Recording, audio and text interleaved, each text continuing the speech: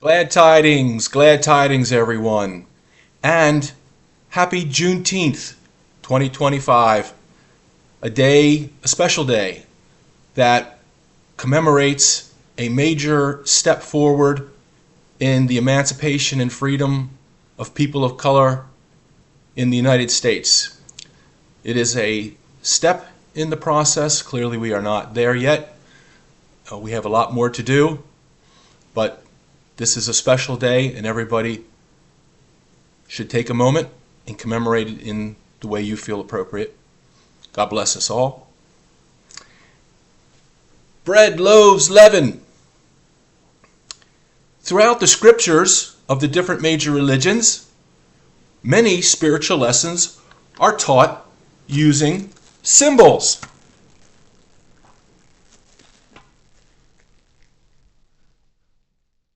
Bread? Is it for a sandwich? PB&J? Probably not, but you never know. Baha'u'llah confirms, "It is evident unto thee that the prophets of God speak a twofold language. One language, the outward language, is devoid of illusions, is unconcealed and unveiled, that it may be a guiding lamp and a beaconing light. The other language is veiled and concealed, so that whatever lieth hidden in the heart of the malevolent may be made manifest, and their innermost being be disclosed." So, for example, in Isaiah it says in 55:1, "Listen, every one that thirsteth, come ye to the waters, and he that hath no money, come ye and buy, and eat. Yea, come buy wine and milk without money and without price. Listen diligently unto me, and eat ye that which is good, and let your soul delight itself in fatness." Baha'u'llah's assertion is confirmed by Jesus in Matthew 13. He says, "And the disciples came and said unto him, Why speakest thou unto them in parables? Jesus answered and said unto them, Because it is given unto you to know the mysteries of the kingdom of heaven, but to them it is not given. Therefore I speak to them in parables, because they, seeing, see not, and hearing, they hear not, neither do they understand." In this video, we will break open or reveal the veiled or concealed meaning of just a few of the chosen symbols which the prophets of God use to represent food for the soul. These symbols are bread and fishes, fruit, and leaven, which I don't have any yeast. Let's start with the fruit.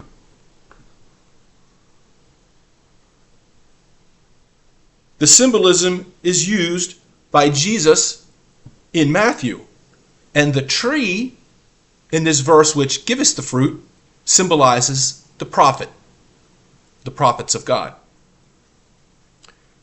We read, "A good tree cannot bring forth evil fruit, neither can a corrupt tree bring forth good fruit. Wherefore by their fruits you shall know them." And then in Galatians and other verses, other books, these good fruits are listed. The fruit in Galatians 5, it says, "The fruit of the Spirit is love, joy, peace, long-suffering, gentleness, goodness, faith, meekness, temperance," for example. The fruit comes from the tree. The food for the soul, the teachings, come from the prophet. The meaning has been broken open. Break it. Reveal it. You see the meaning of the illusion clearly. The same illusion with fruit from a tree we find in Revelation 22.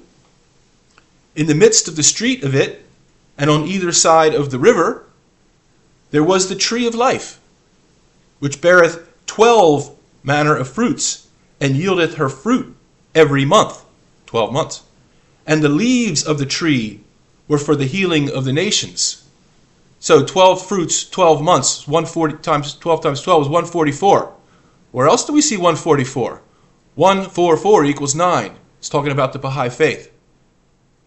And the leaves of the tree. What are the leaves? Abdul Baha says the leaves are women. So go back and reread this. And it's a very important verse. And so, of course, this verse is talking about the day of God, the promised day, which is today.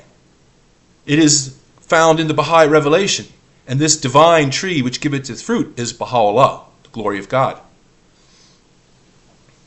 So the next symbols are the loaves and the fish. Little salmon, little tuna, little bread, making a fish sandwich. Is that what we're doing? Is that the purpose? Fish sandwich? So in Matthew 13, Jesus tells the disciples 7 parables.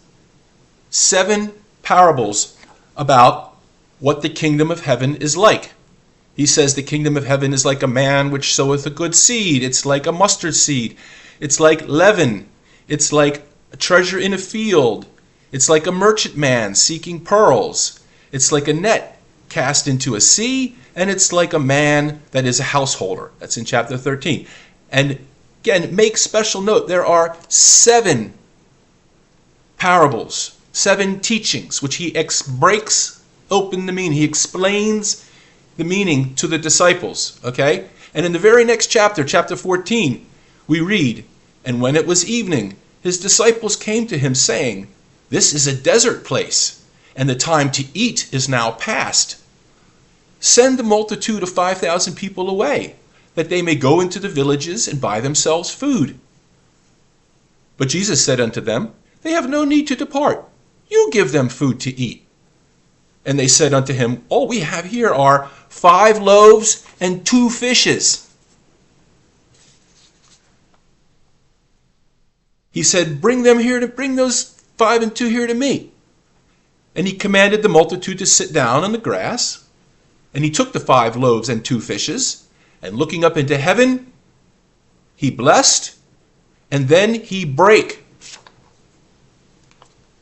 them open and gave the loaves to his disciples. And the disciples gave them to the multitude. The disciples fed the multitude, not Jesus.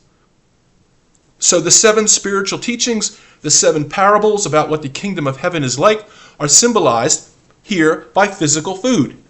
5 loaves and 2 fishes, for a total of 7, which Jesus broke open the meaning of. He explained what the parables meant to the disciples, and then the disciples, not Jesus, fed or taught the multitude with these teachings. But if in addition to that, Jesus made and the disciples distributed 5,000 fish sandwiches, why not? That's fine too. No problem with that. And we continue then in Matthew. Jesus later speaks about this very scene we just discussed. Jesus speaks about it and confirms his use of symbols and what he means. Which when Jesus perceived, he said unto them, O ye of little faith, talking about the disciples, O ye of little faith, why reason ye among yourselves, because ye have no bread? Do ye not yet understand? Nor remember the 5 loaves of the 5,000 and how many baskets ye took up? Nor the 7 loaves of the 4,000 and how many baskets ye took up? How is it that ye don't understand that I spake it to you not concerning bread, but that you should be aware and beware of the leaven of the Pharisees and the Sadducees? Then the disciples understood that he bade them not beware of the leaven of bread, but the doctrines the teachings of the Pharisees and the Sadducees. I have one other passage regarding fishes and bread that is one of my absolute favorite passages, and I have to include it. You'll see why shortly. In the book of John we read, "But when the morning was now come, Jesus stood on the shore. Then Jesus said unto them, Children, have ye any meat? They answered him, No. And he said unto them, Cast the net on the right side of the ship, and ye shall find." Because they cast it on the other side and there was nothing, you recall. They cast, therefore, and now they were not able to draw the net in for the multitude of fishes. As soon as they were come to land, they saw a fire of coals there, and fish on there, and bread. Jesus said unto them, Bring of the fish which ye have now caught. Simon Peter went up and drew the net to land full of great fishes, 153, for all there were so many. And yet the net was not broken. And Jesus said unto them, Come and dine. Jesus then cometh and taketh the bread, and giveth them, and fish likewise. So, Jesus prepared bread and fish to dine with the disciples, and there were 153 fish. This book here is the third most holy book in the Baha'i Revelation. It's called the Hidden Words. You've seen it on my other videos.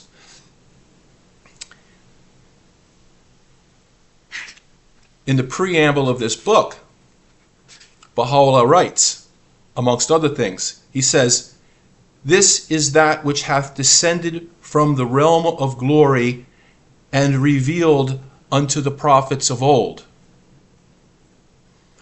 Can you guess how many hidden words?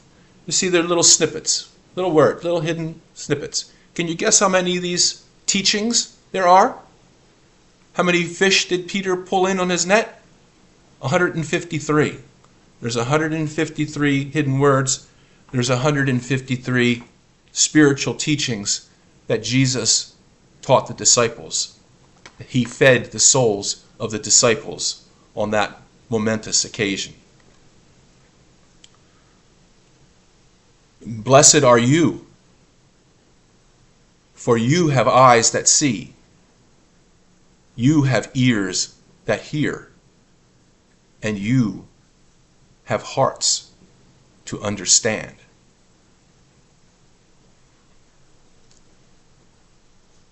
Abdu'l-Baha, Baha'u'llah's eldest son and successor and authorized interpreter of his word, hath written on this subject. He states, This bread signifies the heavenly food and the divine perfections. So if any man eateth of this bread, that means if any man acquires heavenly bounty, receives the divine light, or partakes of Christ's perfections, he thereby gains everlasting life. Abdu'l-Baha continues. In the Gospel of John, chapter 6, is written, Ye seek me, not because ye saw the miracles, not because ye saw the miracles, but because ye did eat of the loaves and were filled. It is evident that the bread of which the disciples ate and were filled was the heavenly bounty, because in verse 33 of the same chapter it says, For the bread of God is he which cometh down from heaven, and giveth life unto the world. It is clear that the body of Christ did not descend from heaven, but came from the womb of Mary. And that which descended from the heaven of God was the Spirit of Christ. Therefore it is evident, he continues, that the Spirit of Christ is a heavenly grace, which descends from heaven. Whoso receives light from that Spirit in abundance, that is to say, the heavenly teachings, finds everlasting life. That is why it is said in the 35th verse, And Jesus said unto them, I am the bread of life. He that cometh to me shall never hunger, and he that believeth in me shall never thirst.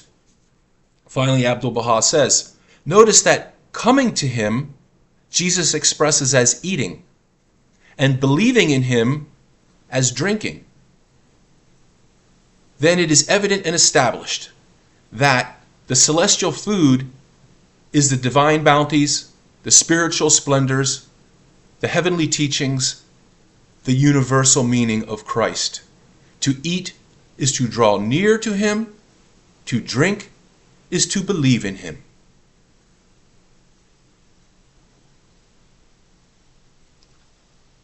Baha'u'llah confirms this by his writing, in which he states, "That which is preeminent above all other gifts is incorruptible in nature and pertaineth to God himself, is the gift of divine revelation. Every bounty conferred by the Creator upon man, be it material or spiritual, is subservient to this. It is, in its essence, and will ever so remain, the bread which cometh down from heaven. It is God's supreme testimony, the clearest evidence of his truth, the sign of his consummate bounty, the token of his all-encompassing mercy, the proof of his most loving providence, the symbol of his most perfect grace. He hath indeed partaken of this highest gift of God, who hath recognized his manifestation in this day." Baha'u'llah, the glory of God, Christ returned in the glory of God, is the promised manifestation of God in this day. There is no time to lose. There is no room left for vacillation. Multitudes hunger for the bread of life. The stage is set. The firm and irrevocable promise hath been given. God's own plan hath been set in motion. It is gathering momentum with every passing day. The powers of heaven and earth mysteriously assist in its execution. Such an opportunity is irreplaceable. Let the doubter arise and himself verify the truth of such assertions. To try, to persevere, is to ensure ultimate and complete victory. And finally, final word from the book of Isaiah. For in that day, the day of God, today, the revelation of Baha'u'llah, every man shall cast away his idols of silver and his idols of gold, which your own hands have made unto you for a sin. And in that day, the eyes of them that see shall not be dim, and the ears of them that hear shall listen, and the heart of the rash shall understand knowledge. Ya Baha'u'llah Pa, Ya Liu Allah.